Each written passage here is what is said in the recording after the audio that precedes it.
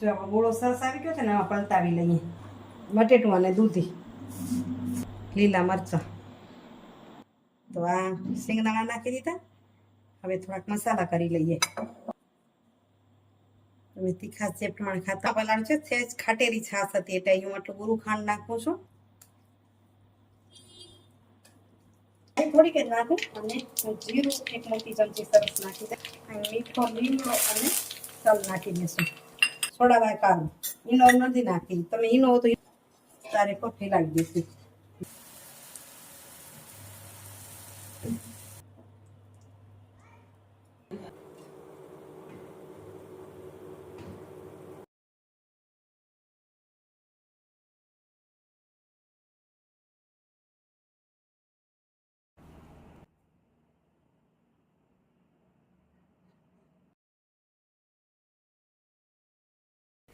નમસ્કાર મિત્રો, કેમ છો? મજામાં? સ્વાગત છે તમારું મારી YouTube channel natural life with Bina પર. મિત્રો ચાલો આજે શરૂઆતમાં જ હાંડવો બનાવીએ. આખો દિવસ વિડીયો ખાસ કર્યો નથી, થોડું કામ તો કર્યા રાખ્યું અને અહીંયા હાંડવા માટે તૈયારી પણ કરી. તો તમને બપોરે બતાવ્યું નથી, પણ અહીં મિક્સ દાળ અને ચોખાનું હું શું કહેવાય મિક્સ દળાવી રાખું કરું. તો અહીં દળાવેલું હતું 3 ભાગ ચોખા અને 1 ભાગ મિક્સ દાળ. એને મેં બપોરે એટલે કે 6 કલાક થયા, 6 કલાક પહેલાંમાં મેં પલાળી રાખ્યું છે છાશમાં. એટલે જો મસ્ત બોળો આવી ગયો છે. અહીં બોળો આવી ગયો છે અને અહીં આ બાજુ મેં શિંગદાણા 2 કલાક પહેલાં પલાળ્યા છે અને હવે નિતારી લઉં. હમણાં જઈને થોડાક અધકચરા વાટી લેશું. અહીં લીલા મરચાં સુધારી રાખ્યા છે. અત્યારે તૈયારી કરું છું હાંડવો બનાવવા માટે. હવે ગાજર કે બીજું કંઈ વેજીટેબલ ઘરે છે નહીં, તો દૂધી તો છે જ. દૂધી તો નહીં ખાસ છે હાંડવા માટે, એટલે દૂધી છે અને મસ્ત કાચી અને બટેટું આમ ખાસ નાખતા નથી, કાચી નાખીશ. બીજું કોઈ જ વેજીટેબલ નથી તો પછી શું થાય? અને બનાવો છે એ હકીકત છે. તો અહીં શિંગદાણાને નિતારી લઉં અને આને હું છીણી લઉં, પછી તમને આગળ બતાવું પ્રોસેસ. બરાબર ને? જો ગોળો સરસ આવી ગયો છે ને, આમાં પલટાવી લઈએ તાકે આપણા વેજીટેબલને સરસ આમાં સમાઈ જાય.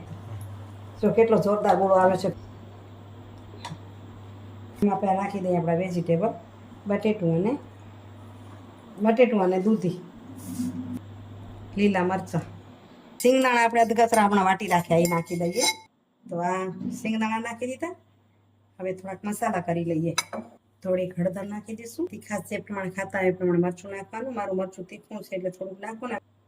સ્વાદ અનુસાર નમક. અને આપણે છાશમાં પલાળ્યું છે, સહેજ ખાટેલી છાશ હતી એટલે હું આટલું પૂરું ખાંડ નાખું છું. કારણ કે ખાટા મીઠામાં બેલેન્સ કરવું તો સરસ લાગે.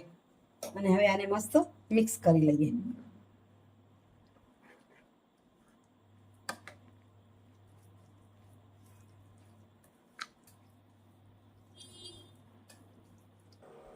હવે છે ને અહીંયા તડકા માટે 4 ચમચી એટલું મેં તેલ લીધું છે.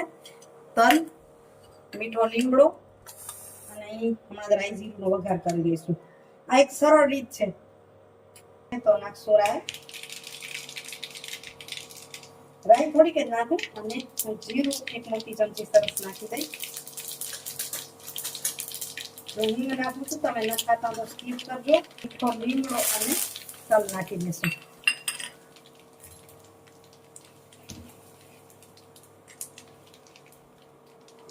ગેસની ફ્લેમ ધીમી કરી અને તડકો સરસ થઈ જાય એટલે હવે આપણે એને બંધ કરી દઈશું.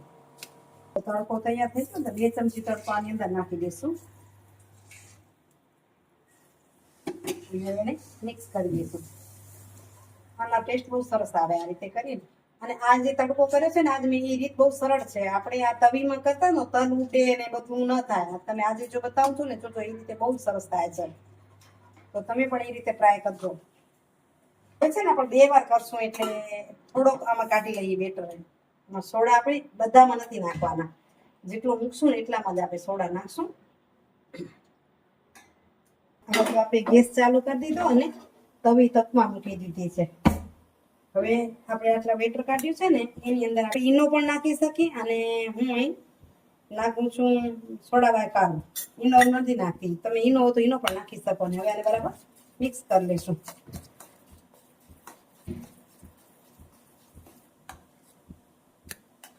આપણી તવી ગરમ થઈ જવા આવી છે ને એટલે આપણે આપણા તડકાને એના તારે પર ફેલાવી દઈશું. જેટલામાં આપણે એવું નાખવું હશે ને એટલામાં આવી જાય એ રીતે જ આપણે વચ્ચેનો ભાગ ઉપર થઈ ગયો છે. પણ કેમ છે હવે આના પર આપણું બેટર પાથરી દઈએ. ગેસની ફ્લેમ ધીમી કરી નાખશું.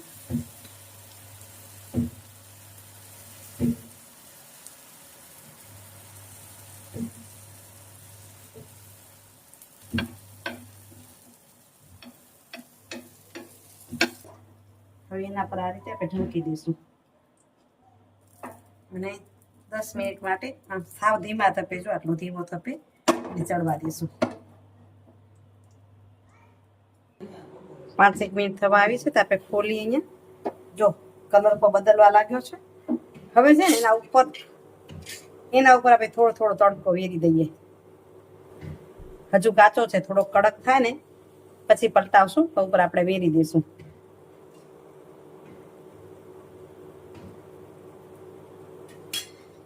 હજી જેવો આ બાજુ કલર બદલાવ્યો વચ્ચે પણ કલર બદલાશે. એને ધીમા ધીમા તપે આપણે ચડવા દઈશું. જેટલું ધીમા તપે ચડશે ને એટલો સારો મજા આવશે ખાવાની. તેને ફરીથી પાછો ઢાંકી દઈશ અને પ્લેટમાં નાખીને ઘણા પલટાવે પણ હું કોશિશ કરું છું આમને લાવવાની. હા, ઉતરી ગયો, જો સરસ થઈ ગયો છે. પાછો અને ધીમા તપે 5 મિનિટ ચડવા દઈશું અને પછી જોઈ લેશું. તો સરસ આપણો પાકી ગયો છે. એ ધીમા ધીમા તપે પાછો ચડવા દઈશું આપણે. પાછો ખોલીને જોઈ લઈએ. હા, નીચે પાકી ગયો છે તો આપણે ઉતારી લઈએ.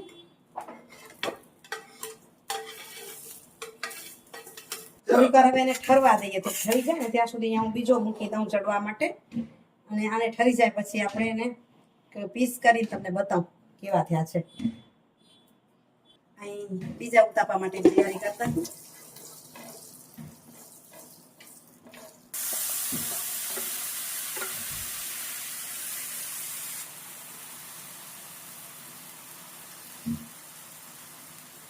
આ રીતે પાછો બીજો કરી આમ જેટલા થશે એટલા 4 જેવા થશે એ બધા બનાવી લઉં આ રીતે.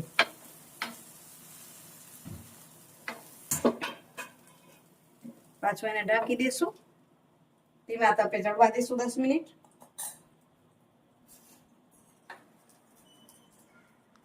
અને ચાકુથી કાપી દઈશું. પીઝા કટરથી સરસ કપાય. મારું પીઝા કટર ગયું છે અમદાવાદ, બીજું અહીંયા લીધું નથી. હજી ગરમ છે પણ જુઓ કેવો સરસ થયો છે. જાળી જાળી જાળી. તો આ સરળ રીત છે કે આપણે આના પર જ્યારે તેલ નાખીએ છીએ ને તો એકદમ તલ ઉડે છે, પણ આ રીતે તડકો કરીને આમ નાખતા જઈએ તો સરસ થાય છે. તો જો હવે આટલી વાત ચડ્યું, હવે એને ખોલી લઈએ અને પાછો આના પર આપણે તડકાને વેરી દઈએ તાકે ઉથલાવીએ ત્યારે પાછું નીચે આપણે નાખવાની જરૂર ન પડે. સેજ કલર બદલાવા જેવું લાગે એટલે ઉપર તડકો વેરી દેવાનો, બધે અટી જાય એ રીતે. અને હવે એને ઢાંકી દઈશું પાછું.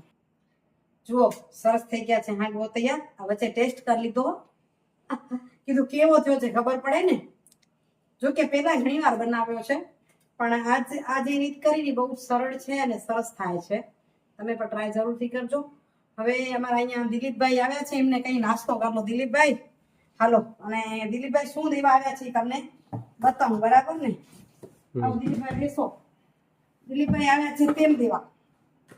તમે તેલ કયું વાપરો છો? આરસીએલ નું વાપરો છો? બહુ સારું આવે છે અને અમે હંમેશા વાપરીએ છીએ.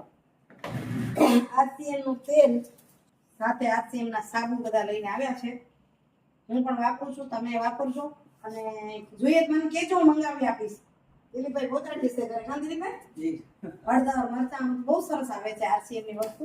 મેં એની આઈડી પણ લીધી છે. ભલે વેચવા કે વેપાર કરવા હું પહોંચી નથી વળતી. આ એક નોકરી કરવાની, વિડીયો કરવાની, તમે સમજી શકો છો કેટલે પહોંચી વળો. પણ વસ્તુ સારી છે. આપણે જે કઈ વસ્તુ વાપરી સારી વાપરી ભાઈ આજ તેની વસ્તુ વાપરી છે તમે પણ વાપરજો. દિલીપભાઈ તમે અને કરતમ કટકા તો તમે કરો ટેસ્ટ કેવો થયો તે કહેજો. સાહેબને કહી દઈએ આવી જાવ અહીંયા. આ પિઝા કટર નથી એટલે આપણે પછી આવું કરવું પડે છે થોડું. જેઓ ખરેખર જોરદાર છે. હું વખાણ કરું એટલે દિલીપભાઈ એમ નથી કે ભાભી આવો હતો એમ એટલે એવી જ રીતે આ પણ એવો સરસ તૈયાર છે.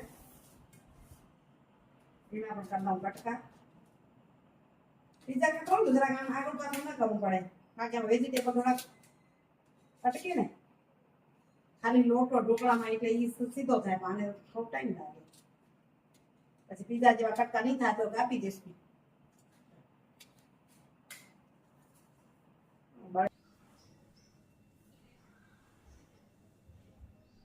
તો મિત્રો પરમ દિવસે રવિવારે વિડીયો બનાવ્યો હાંડવો જે તમને આગળ આપું છું. ગઈકાલે એટલું કામ રહ્યું ઓફિસનું જ કામ હતું કારણ કે આજે વર્કશોપ તાલીમ કરવાની હતી એટલે એની તૈયારી અને એમાંય પછી ભુજ તાલુકાનું કોટાઈ ગામ છે ત્યાં એક શૂટિંગ કરવાનું હતું સરપંચની કામગીરીને લઈને નેશનલ દૂરદર્શન પર એ ચેનલ પર મૂકવાનું છે તો એની માટે જવાનું તો રાત્રે 9:30 પછી પહોંચી ઘરે એટલે એમાં થાક હતો એક માનસિક થાક. આજે જ્યારે બહેનોને બોલાવો હોય તો એ હતો. આજે આવીને કરીને તો ત્યાંથી તો વહેલી વળી આવી 4 વાગ્યા પહેલાં ઘરે આવી ગઈ પણ એટલો મને થાક લાગ્યો ખરેખર નહીં માનસિક થાક ગરમીનો હતો કે સારી સમજાવીને સૂઈ ગઈ. અટાણે 6:15 થયા છે. થોડુંક કામ કરવા લાગી એમ થયું કે વિડીયોનું જોઈ લઉં વિડીયોનું એડિટિંગ કરું તો એન્ડિંગ પણ કરી શકાય. જો લેસન બધું ઘરે લઈ આવી કારણ કે સરપંચો આવ્યા છે એનું રજિસ્ટ્રેશન હોય એના પેમેન્ટ કરવાના હોય ગાડીઓના એ બધું બેસીને કરીશ. એ પહેલાં લાગે છે સુવિચાર લઈ લો. સુવિચારની વાત કરું તો આજે એવી છે આ બધું કામ કરીએ છીએ જીવનમાં જીવીએ છીએ ત્યારે આપણે અનેક અનુભવો થાય છે. એક અનુભવ એવો છે કોઈક તમારું ઘસાતું કોઈક બોલે ત્યારે ઘણીવાર મજા ના આવે ને પણ હું આજ સુવિચારની રીતે તમને એ કહી રહી છું કે કોઈ તમારું ખરાબ ઈચ્છે તો તમે એનું ખરાબ ન ઈચ્છો. કારણ સારાની સાથે સારા બનજો પણ ખરાબની સાથે ક્યારેય ખરાબ ના બનશો. એની સામે સારું વર્તન કરજો કારણ કે હીરાને હીરાથી માપી શકાય. કયો હીરો વધુ ચમકે છે કયો વધુ સારો છે પણ કીચડથી કીચડને ક્યારેય સાફ ન કરી શકાય. હા કીચડ ભર્યો છે એમાં જ પાછું કીચડથી ધોવાની કોશિશ કરી તો ન થાય. કીચડને દૂર કરવા માટે કાં પાણીથી ધોવો પડે કે સુકાવવું પડે અન્ય કોઈ કાંઈ ઉપાય લઈ આવવો પડે પણ કીચડથી કીચડ ક્યારેય સાફ નથી થતો. તો તમારું કોઈ બુરું ઈચ્છે છે એ એનું કર્મ છે જવા દો. એને તો હું ઠીક કરીશ એ ભૂલી જવું જોઈએ. મને આમ કર્યું ને એને તો હું બરાબરનો પાઠ ભણાવીશ એ ક્યારેય ન કરવું જોઈએ કારણ કે એ એનું કર્મ છે કરવા દો. પણ તમે ક્યારેય દિલથી બુરું ના ઈચ્છો એ તમારો ધર્મ છે. કદાચ તમને ન જામે તો ન બોલાવો કે એનાથી દૂર થવાની કોશિશ કરી નાખો પણ એનું બુરું તો ન જ ઈચ્છો. એ તમારો ધર્મ છે. મારી વાત સાચી છે ને? કમેન્ટ જરૂરથી કરજો. આજે નજીકના બેનપણી ઘણા બધા છે એમાંથી એક નવા બેનપણી મળ્યા છે મરિયમને. અંજાર તાલુકાના વીડી બગીચાના ઉપસરપંચ છે. તારી માટે મસ્ત બુક લઈ આવ્યા છે. કેવું લાગે છે કહેજો. તમને બતાવું નજીક